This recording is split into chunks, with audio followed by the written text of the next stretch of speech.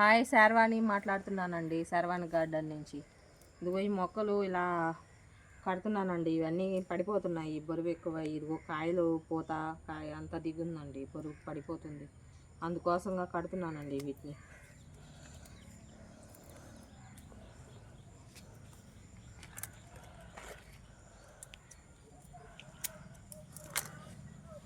వీటిని కూడా కడదాం.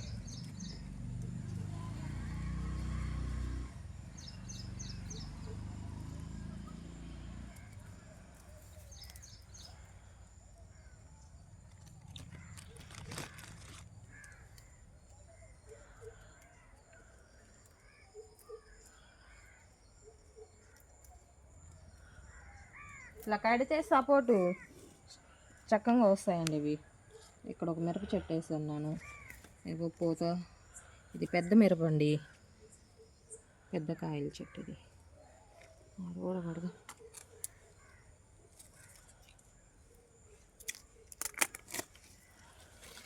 కూడా కడతానండి, కట్టకపోతే మళ్ళీ అన్నీ పడిపోతాయి.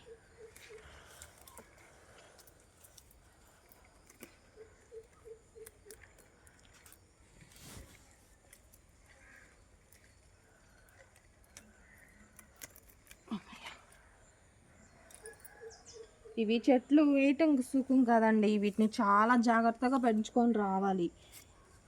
ఇవి మొక్కలు పెద్ద అయ్యాక అవి కింద పడిపోకుండా ఏమైనా సపోర్ట్ కట్టాలి, కర్రలు తీసుకొచ్చి సపోర్ట్ పెట్టాలి. చాలా ఉందండి, కానీ నాకు ఈ మొక్కల విషయంలో మాత్రం ఎంత కష్టమైనా సరే నేను చాలా సంతోషంగా చేస్తానండి. మొక్కల పని అంటే నాకు ఎక్కడ లేని హుషారు వచ్చేస్తుందండి మొక్కల విషయంలో మాత్రం.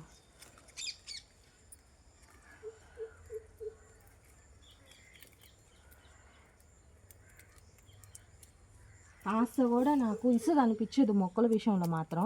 ఎంత కష్టమైనా నేను చేసేస్తానండి పని.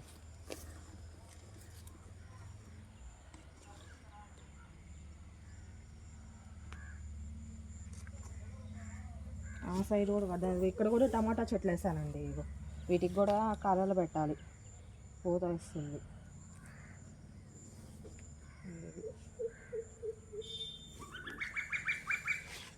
అప్పుడు కూడా కడదాం రండి.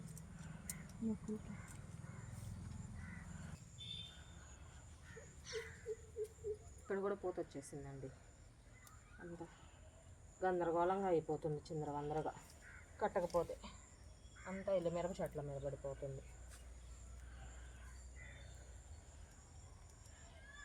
మళ్ళా కొంటవి ఎందుకండి మొక్కలు. ఏవో వీటిల్లోనే విత్తనాలు తీసుకొని వీటిల్లోనే నారు పోసుకుంటే కొత్తిమీర వచ్చేస్తుందండి. అక్కడ ఒకటి చూపించాను కదా, ఇక్కడ ఒకటి, ఇంకొకటి కూడా ఉంది. మూడిట్లో వేసాను నేను.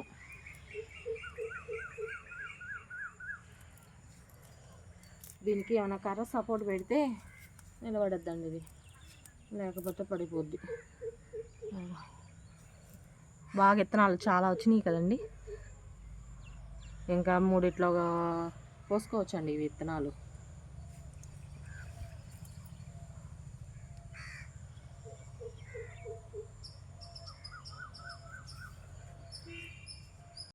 ఆడ రెండిట్లో కట్టాను కదండి, ఇదిగో ఇంకొకటి మూడిట్లో వేసాను అన్నాను కదా, అదొక మూడోది.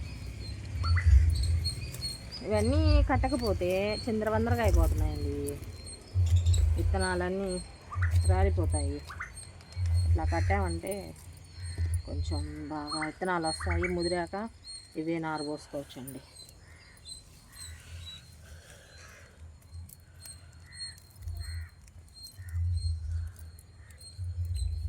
చాలామంది అంటున్నారు ధనియాలు పోసుకోవచ్చా అని.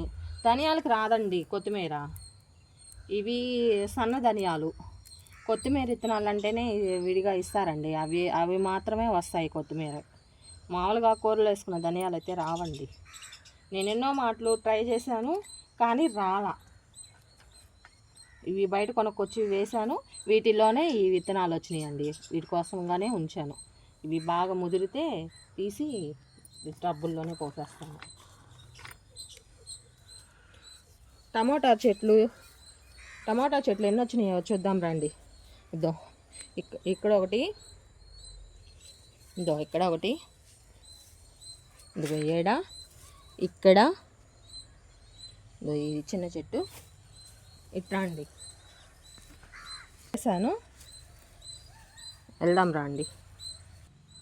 ఇదో దీంట్లో ఒకటి పడి మలిచిందండి. ఇదిగో పెద్ద చెట్టు.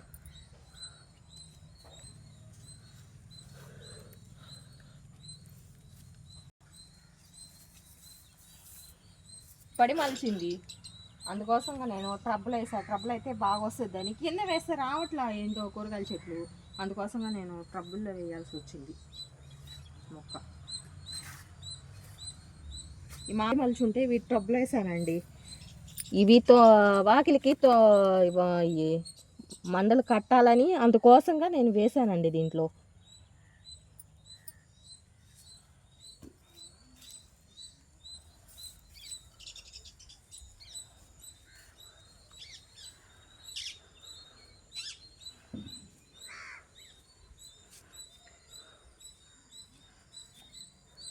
ట్రబ్బులన్నీ ఖాళీ చేసేయాలండి. ఇదంతా తీసేయాలి. ఈ మొక్కలు అంతా వేస్ట్గా ఇదైపోతుందండి. ఇదంతా తీసేసి మళ్ళా నారు పోస్తానండి దీంట్లో. ఏందో అంతా 4 తడవులు 5 తడవులు కోసాను, అందువల్ల ముదిరిపోయినట్టుంది. అంతా ఇదైపోయింది. అంతా తీసేస్తా.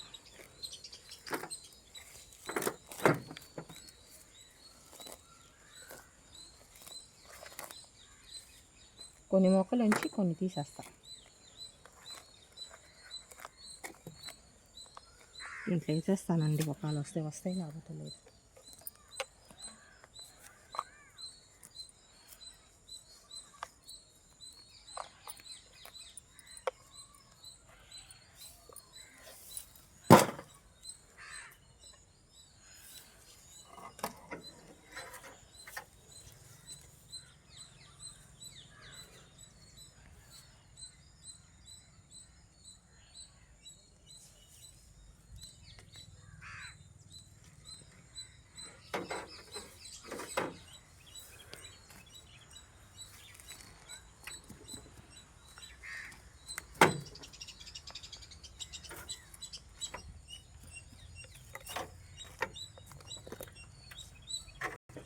మొలకూర అండి ఇది, అందుకని తీసేస్తున్నాను. తీసేసి కొత్త నారు పోసుకుంటానండి వీటిల్లో.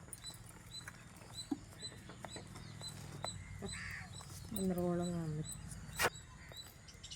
ఇది 5 మాటలు కోసానండి. ఇది 5 మాటలు కోసి ముదిరిపోయి పండు బారిపోయినట్టు ఉంది, అందుకని తీసేస్తున్నా. తీసేసి దీంట్లో కొత్త నారు పోసుకుంటే మళ్ళీ ఫ్రెష్గా వస్తుందండి. అందుకోసంగా తీసేస్తున్నా. ఇట్లా చేసి పెట్టుకుంటే కదా వెంటనే నారు పోసుకోవచ్చు, అందుకోసం అండి.